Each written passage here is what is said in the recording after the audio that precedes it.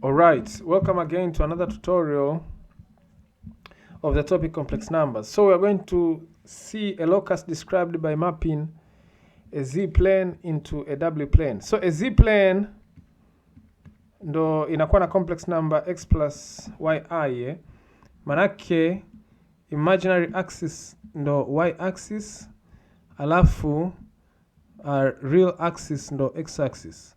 Wakati w-plane inakuwa na complex number u plus vi, ambapo sasa imaginary axis ni v-axis, tena real axis ni u-axis. So hii w ni a function of z, kwa hiyo hii ni output, hii ni input, hii ni dependent, hii ni independent. So ukipewa hii concept transformation z, hii ni object, so mapping, manake we're going to get the image ni w. So we want the locus of the object and the image. So we map from the z plane to the what? To the w plane. Let's see an example. Anasema find the image of the cycle model of z is equal to 3 under the transformation huyu.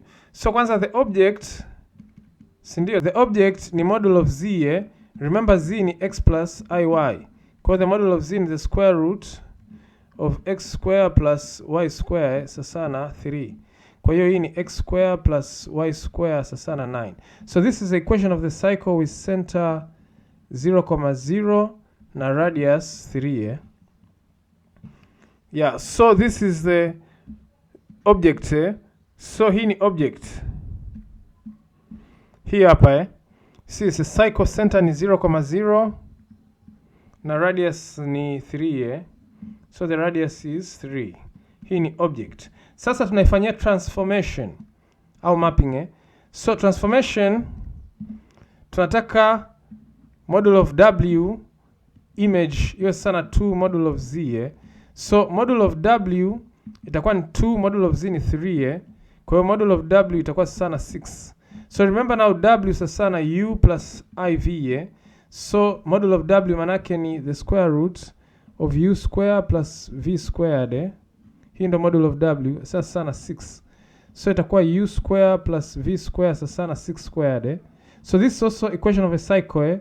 Center ni 0,0 na radius ni 6. So this now is the image. So this is the object. Now after transformation, after transformation, this one is the what? Is the image. Kwa hiyo alisema find the image, ndo hii u square plus v square sana 6 squared. Kwa hiyo mchoro wake utakuwa ni huu, cycle center ni 0,0, alafu radius ni 6. Yeah, r is 6. So you can see negative 6, 6, 6, 6. So this is the image. This one is the image after transformation. Object ndo likuwa ni hii. This is the object.